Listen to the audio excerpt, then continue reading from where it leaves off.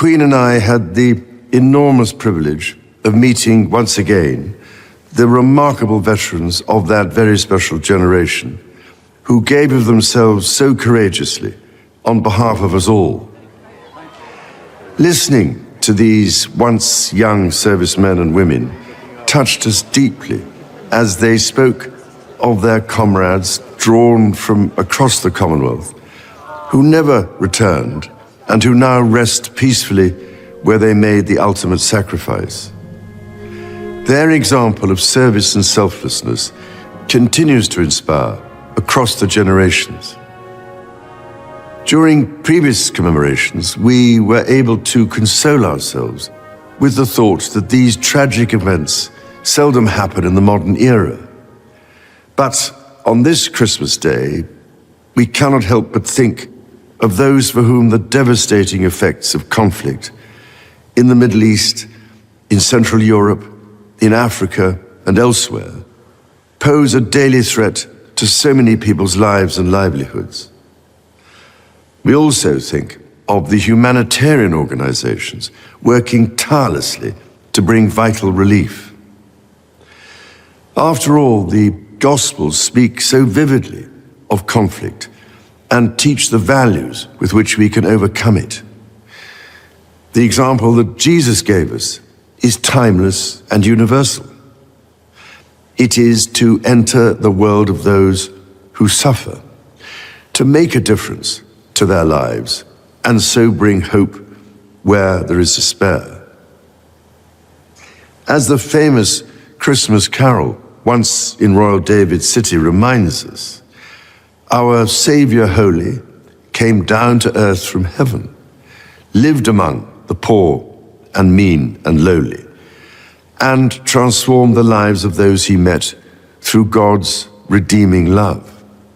That is the heart of the Nativity story, and we can hear its beat in the belief of all the great faiths in the love and mercy of God in times of joy and of suffering, calling us to bring light where there is darkness, go through some form of suffering at some stage in our life, be it mental or physical.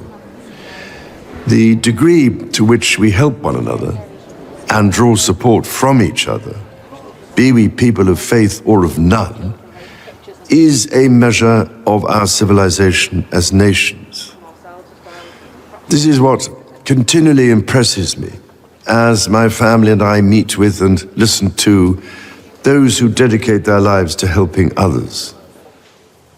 I am speaking to you today from the chapel of the former Middlesex Hospital in London, now itself a vibrant community space, and thinking especially of the many thousands of professionals and volunteers here in the United Kingdom and across the Commonwealth who, with their skills and out of the goodness of their heart, care for others, often at some cost to themselves.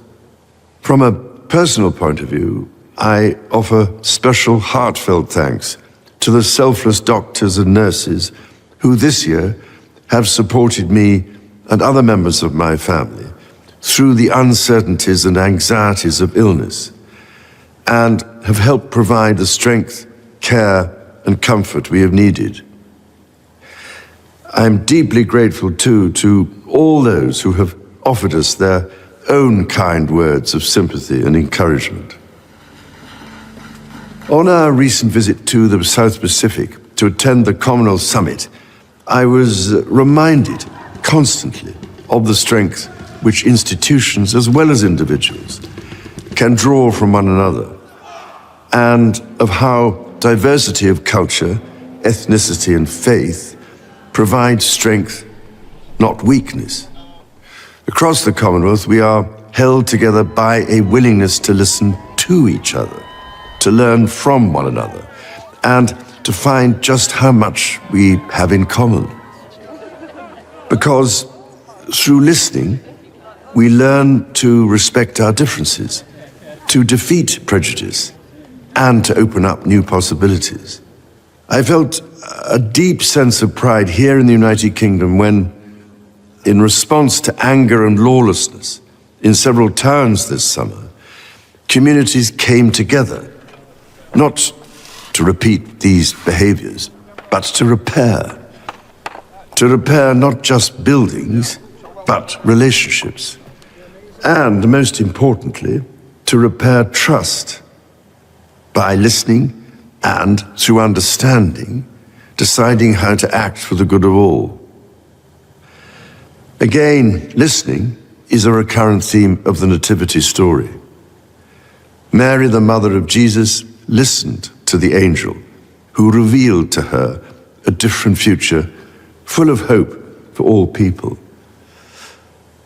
The message of the angels to the shepherds, that there should be peace on earth, in fact echoes through all faiths and philosophies.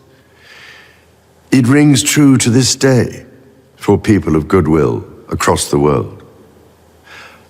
And so it is with this in mind that I wish you and all those you love a most joyful and peaceful Christmas.